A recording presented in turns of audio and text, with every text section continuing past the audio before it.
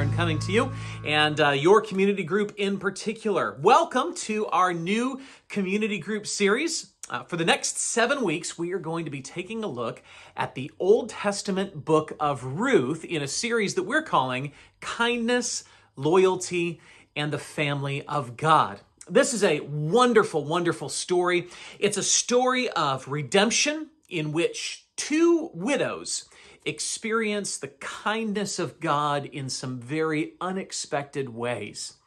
Tonight, we're going to do something a little bit different than what we've done in previous community groups. Rather than spending the next few weeks going verse by verse, chapter by chapter through the book, we're actually going to read the whole book of Ruth all at once, right up front. And I'm going to explain to you why that is. But I want to thank some of the women of our church who have actually recorded a reading of the book of Ruth for us, all 4 chapters. And so thank you so much to Lynn Fromater and to Cheryl Ford, to Kim Howe, and to Arlene Vandewig, who have helped us out with this. And in a moment, I'm going to turn it over to them. They're going to read through the book. I hope you'll follow along in your own copy of God's Word. And then afterwards, I'm going to actually ask you to help me direct what we do for the rest of our community group series.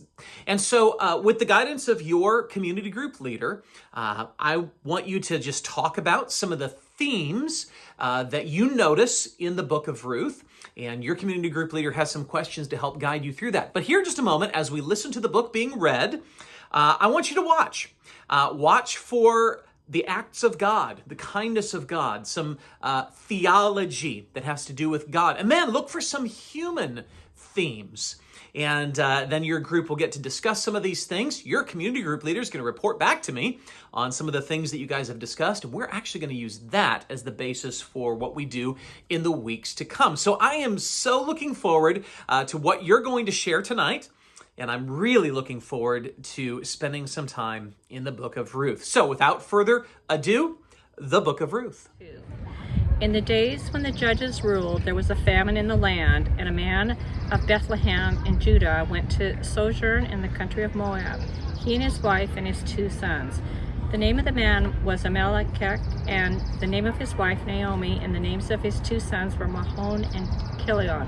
They were Ephrathites from Bethlehem in Judea. They went into the country of Moab and remained there.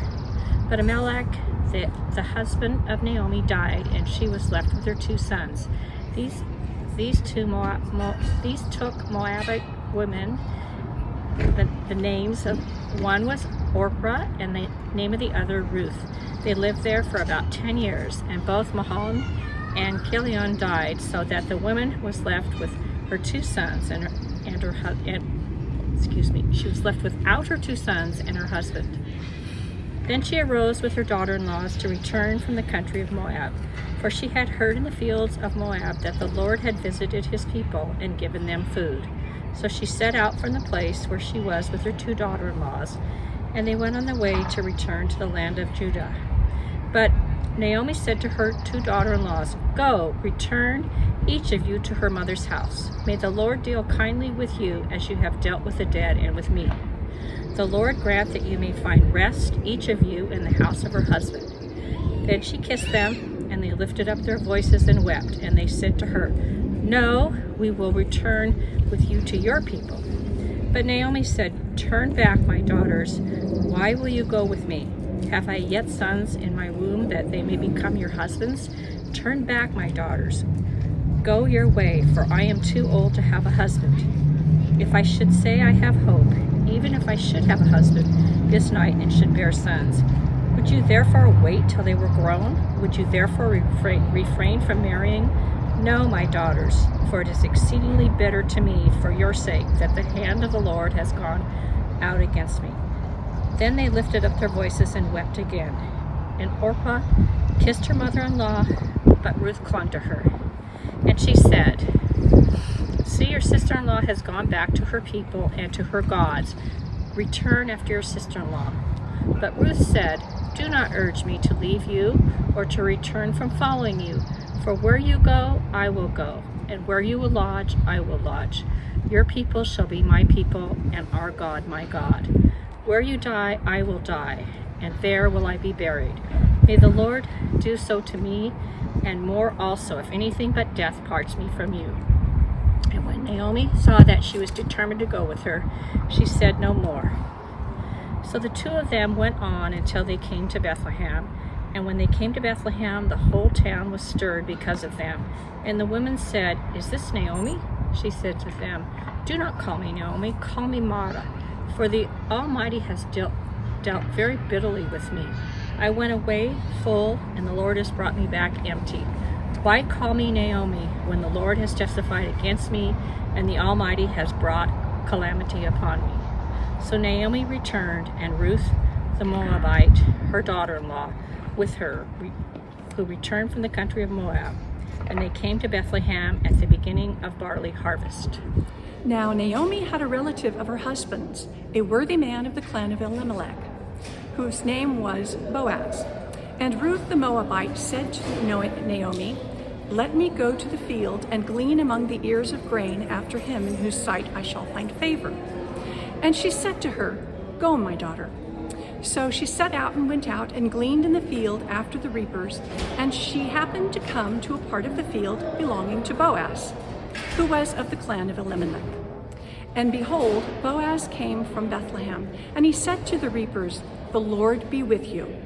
And they answered, "The Lord bless you." Then Boaz said to his young man who was in charge of the reapers, "Whose young woman is this?" And the servant who was in charge of the reapers answered, "She is the young Moabite woman who came back with Naomi from the country of Moab." She said, "Please let me glean and gather among the sheaves for the reapers." So she came, and she has continued from early morning until now, except for a short rest. Then Boaz said to Ruth, "Now listen, my daughter, do not go glean in another field or leave this one, but keep close to my young woman. Let your eyes be on the field that they are reaping, and go after them. Have I not charged the young men not to touch you? And when you are thirsty, go to the vessels and drink what the young men have drawn." Then she fell on her face, bowing to the ground, and said to him, "Why have I found favor in your eyes, that you should take notice of me, since I am a foreigner?" Boaz answered her, "All that you have done for your mother-in-law since the death of your husband has been fully told to me, and how you left your father and mother and your native land and came to a people that you did not know before. The Lord repay you for what you have done, and a full reward be given you by the Lord, the God of Israel, under whose wings you have come to take refuge." Then she said, "I have found favor in your eyes, my Lord, for you have comforted me and spoken kindly to your servant, though I am not one of your servants." And at mealtime, Boaz said to her, "Come here and eat some bread and dip your morsel in the wine." So she sat down beside the reapers, and he passed her roasted grain.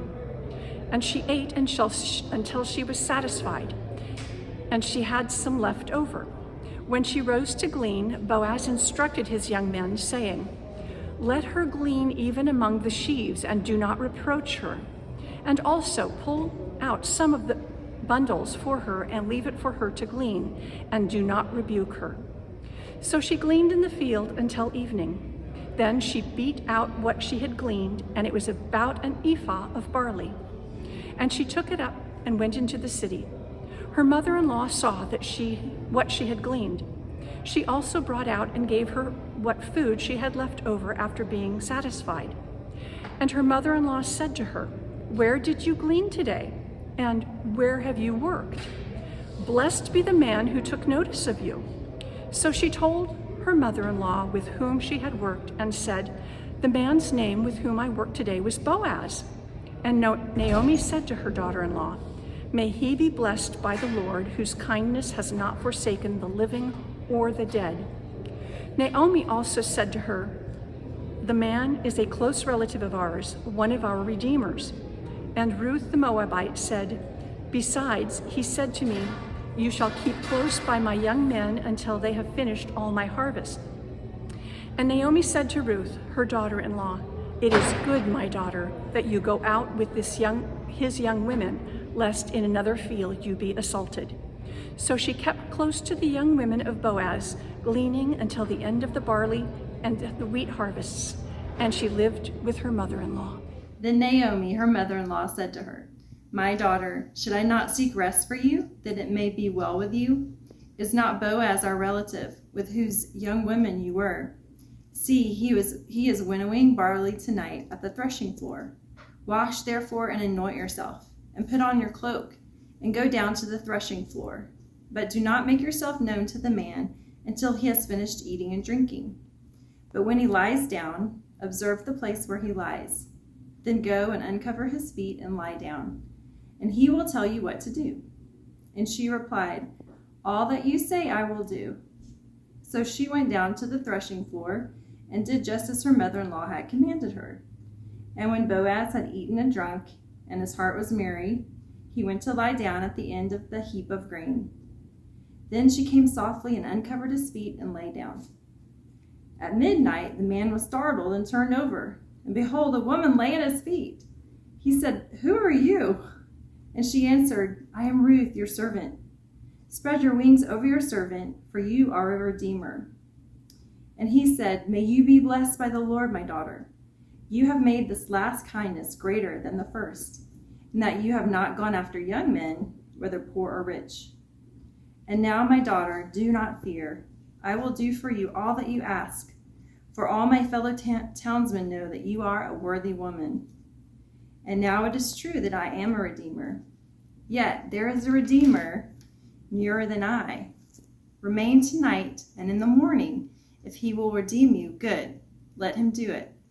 But if he is not willing to redeem you, then as the Lord lives, I will redeem you. Lie down until the morning." So she lay at his feet until the morning, but arose before one could recognize another. And he said, "Let it not be known that the woman came to the threshing floor." And he said, "Bring the garment you are wearing and hold it out."